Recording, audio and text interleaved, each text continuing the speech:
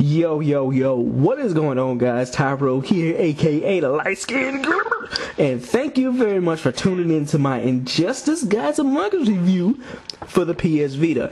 This game is a port directly, basically when games like this happen that are literally from the title of the console, literally ported over to the Vita, you should expect either A, graphics have been dumbed down, B, maybe some frame rate drops here and there, and C, it's gonna feel like the console except for the other two options. So it's gonna resemble the console version a lot with dumbed down graphics and maybe some frame rate drops. That is literally all, or maybe some touchscreen implementations and shit like that. Basically, that's all it is. But honestly, with this port, I'm very impressed because they actually are starting to use the Vita's technology properly. Like when they actually had ports early on, like Ultimate Marvel vs. Capcom 3 looked exactly like the console version, mainly because the graphics are really not all that great, but it looked exactly like the console version and played like it, looked like it, all that was just amazing. And then Mortal Kombat Complete Edition came out, the graphics were awful.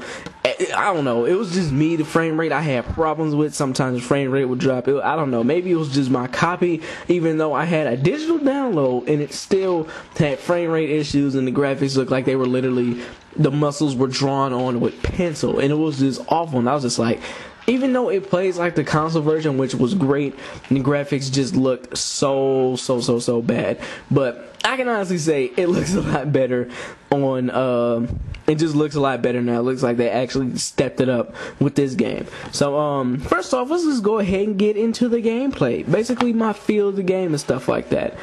It's a very fast-paced, over-the-top action game. This game literally had me dropping my Vita when I did a super move. For an example, when I did Doomsday super move, which you will see later on. I'm not even going to tell you what it was. I literally dropped my Vita and ran it through the room laughing and screaming because I couldn't believe what I just saw. It was that, like, if you just think about what they did, you'll see it on later. No, not right here because I missed, but later you'll end up seeing it. But gameplay was solid, nice and fluid. I love that the frame rate did not fuck up in this game unless you did a fight transition, where I know distinctly if you hit them into a building, frame rate will drop a couple times, and when they land in the helicopter, when you knock them into it, yeah, frame rate will fuck up. But other than that, it stays smooth throughout most of the game. So let's move on to the story. The story basically, honestly, is not long. I wish it could have been a little bit longer, you know, to keep me more engaged into it and some kind of reward. I'm gonna say this right now, I hate when fighting games give you every single character and then it's like, here, take them all, instead of not making me earn them.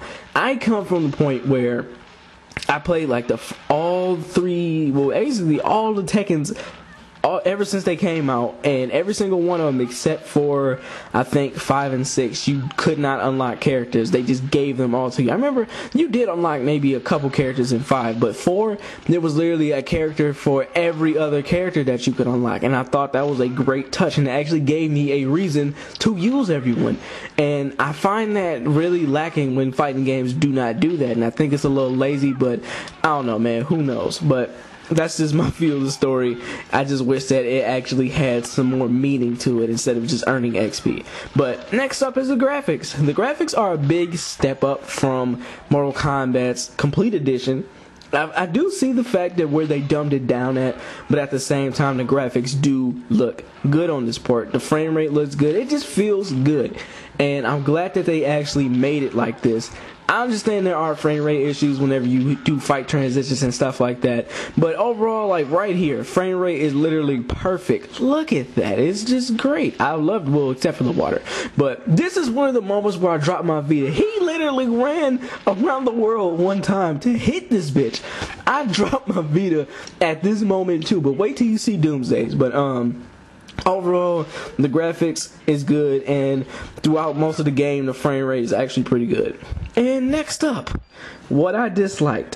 What I didn't like about this game was the, I would have to say, would have to be some of the environmental objects that you can throw or just knock enemies into. Well, not knock them into, but throw at them. Because some of them respawn.